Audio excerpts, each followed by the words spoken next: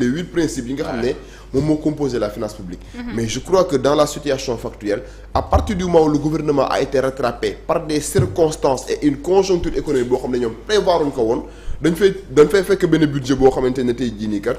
il fallait impérativement chambouler budget boobu noonu puisque tey jii élection législative anticipée am na. ñu ngi prévoir tey jii benn somme boo xam ne c'est assez exorbitante pour indemniser ñi nga xam ne tey jii ñoom ñoo victimoon lors des manifestations. Donc chamboulement boobu noonu yaakaar naa ne moom moo rattrapé gouvernement bi et que nous sommes à quelques encablures de la fin de l'année et à partir du moment où nous sommes à quelques encablures de la fin de l'année li nga xam ne tey jii fa lañ war a jëm mooy non seulement loi de règlement pour clôturer année budgétaire bi ak envisager la nouvelle loi de finances initiale bi nga xam ne moom moo war a départ 2025 donc il est urgent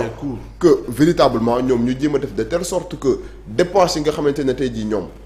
fekku ñooñu le président Macky Sall prévoir que te ñoom def nañ ko ci li nga xam ne ni tey jii moom mooy année budgétaire bi mais ñu def ko ci benn loi de finances rectificative buy wane ne kat en cours d'exécution puisque nous avons pris le train en marche il va falloir qu'il y ait des changements dans ce sens-là. Donc ci côté boobu noonu man li ma gëm ce n'est pas une illégalité mais c'est un gouvernement boo xamante ne tey jii nii dafa am lu koy pressé. En plus que li nga xam ne moom moo koy pressé mooy dafa heurté wu à une situation boo xamante ne tey jii dafa nekk dos au mur et il va falloir impérativement ñu purger situation boobu noonu balaa ñoo dem 2025. oui nee na mu ñu wax resserrement alors que ñu gis ni dépenses yi budget bi ñuy accordé dépenses yi dafay yokk mu tuddee ko dépense de prestige comme ni ñu ko yàgg a waxee ñoom dem ci ay carburant budget de fonctionnement comme ni ñu ko waxee oto yi rafet ak ñoom seet yooyu nga xamante ne xëy na ci confort gouvernement lay dellu même perception lañ ci am bu ñu gisee ni même dépenses yi yokk nañu même perception nga ci am. mais dépenses yi xam nga dépenses yi bu yokkoo mais pas Ousmane à partir du moment où tey jii nii le gouvernement en place. nekk gouvernement boo xamante ne ñoom dañoo ñëw avec une nouvelle équipe mais forcément dépense day yokk parce que c'est une nouvelle équipe boo xam ne moom la ñu mettre en place et d'autant plus que li nga xam ne ni Dame bi moom la comprendre peut-être mooy la plupart des ministères ak ay directions yoo xamante ne tey jii nii ñoom le président Bassirou Diomaye Faye et son équipe dañ ko hérité mais da ngay dégg ay ministres yoo xam ne ak ay directeurs yoo xam ne dañ lay wax ne la ñoom bi ñu ñëwee ci kees yi ñu hérité fekk ñu fa dara waaw mais boo fekkul ci ay kees dara alors que yow war nga am fonctionnement tey tu viens d'être nommé ministre tu viens d'être nommé directeur nga trouver ay caisses yoo xamante ne après passation de service tu t'es rendu compte que les caisses sont vides mais il va falloir impérativement nga am benn somme boo xam ne da nga koy démarrer parce que présentement mënuñoo juger la gouvernance de Bassirou Diomaye Faye par rapport ak li nga xam ne ñoom jot nañ ko def parce que dañoo hérité benn situation boo xam ne c'est une situation assez calamiteuse et à partir du moment où ñoom ñu hérité benn situation boo xam ne c'est assez calamiteuse la plupart des ministres yoo xamante ne tey ji installé woon ak ay DG di dénoncer le fait que ñu hérité une situation économique boo xam ne c'est un peu chaotique il va falloir impérativement ñu may leen ñu rectifier li nga xam ne moom la ñu rectifier maintenant une fois maintenant que ñu am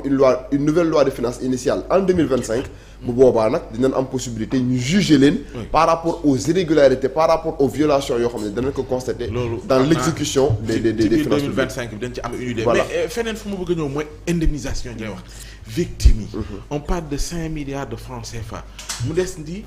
maanaam bu ñu nee victimes yi certainement ci répression yi fi jotoon am na ñoo xamante ne am nañu ci ay gaañu ñii ñu ñàkk seen bakkan xëy na seen njaboot di xaar mbir yi nu ñuy demee am ñoo xam ne dañ ci yàqule ñu xam ko ndax dina yomb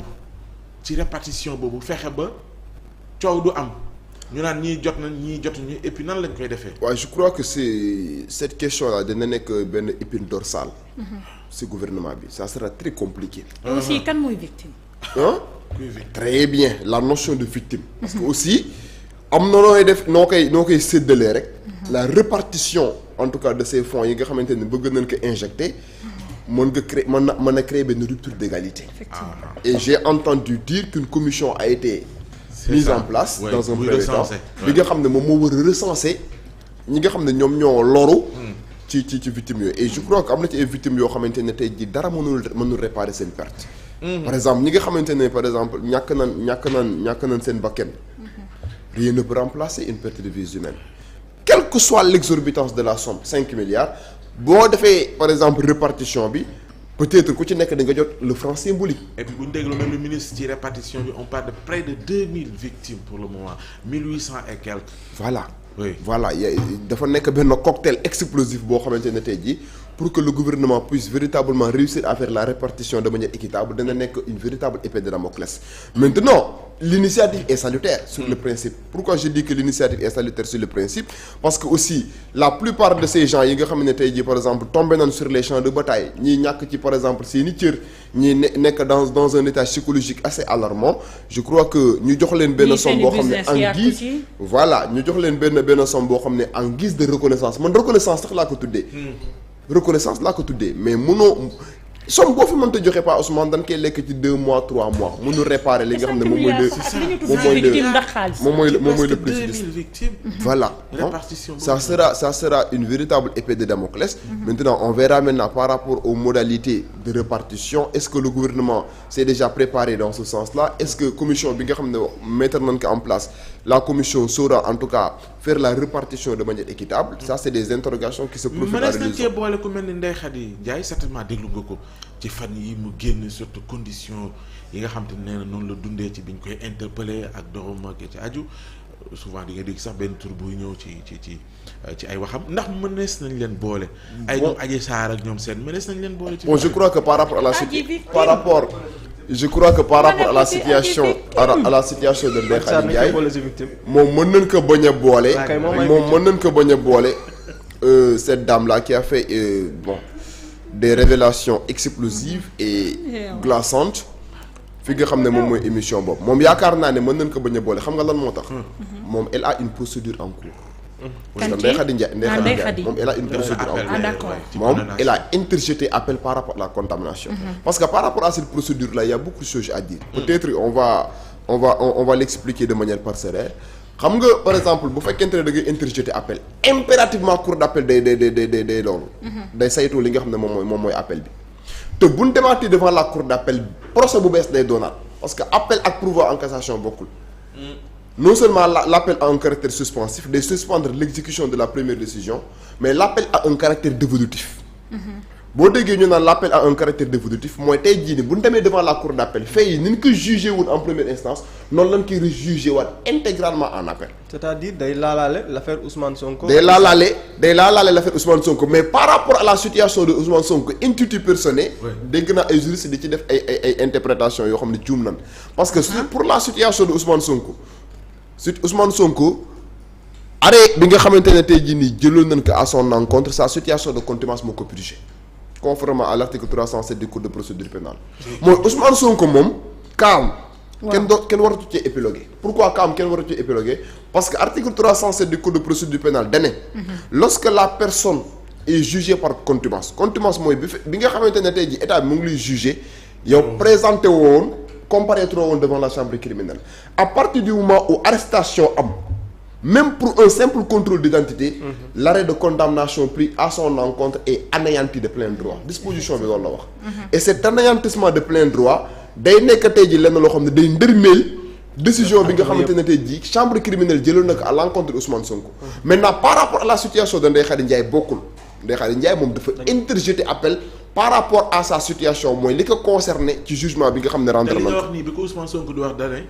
loolu moo leen di war ne dina amaat beneen acte. absolument moo tax ma ne la Ndeye Khady Ndiaye bu interjeter appel dafa am un caractère dévolutif maintenant am na beneen interrogation bi profilé à l'horizon mooy Ndeye Khady Ndiaye bu ñu ko waree juger devant la cour d'appel correctionnelle impérativement Ousmane Sonko dinañ ko citer en témoin dina ñëw en guise de témoin est-ce que maintenant le premier ministre Ousmane Sonko bu boobaa dina am en tout cas dina mën a comparaître devant la cour d'appel correctionnelle pour ñëw di témoigner je crois que dans la situation factuelle mënul ne pourquoi dans la situation factuelle mënul ne parce que même bu décliner témoignage boobu noonu yoon mënu ko forcer à comparaître d'accord non même bu décliner témoignage bi yoon mënu ko forcer à comparaître parce que il est cité juste pour faire sa déposition la principale concernée à la matière c'est Ndeye Khady Ndiaye bi nga xamante ne nii la chambre criminelle dafa rendre une décision à son encontre mu constater moom qu'elle est insatisfaite puisque gëm na ne par exemple moom elle n'est pas coupable des faits pour lesquels elle a comparu, elle a été traînée dans la boue devant la chambre criminelle. mu relever appel de cette décision. donc bu ñu demee devant la cour d'appel juge bi dina tegaat li nga xam ne moom mooy dossier bi sur la table. ñu xool par rapport à la situation de Ndeye Khady Ndiaye est-ce que condamnation bi nga xam ne jëloon nañ ko à son encontre en première instance condamnation bu valable la bu légal la wala légalul après ça sera un débat contradictoire ndax loolee dina mën a tax ku ci mel ni Adji Sarr ñu mën koo indi jëlee ko indiwaat ko ci réew mi. bon xam nga la comparaison de la partie civile devant la cour d'appel n'est pas une obligation. C'est pas obligatoire Adji Sarr comparaître bu ñu demoon ba war a rejuger waat affaire bi devant la cour d'appel. parce que cour d'appel day revenir très amplement sur les faits bokk na cour suprême moom droit lay wax parce que la cour suprême n'est pas ne connaît pas du fond de l'affaire moom du delluwaat ci fond bi moom la seule question bi ko intéressé mooy est-ce que les premières juridictions saisies ont dit le droit moom question de droit bi jaar na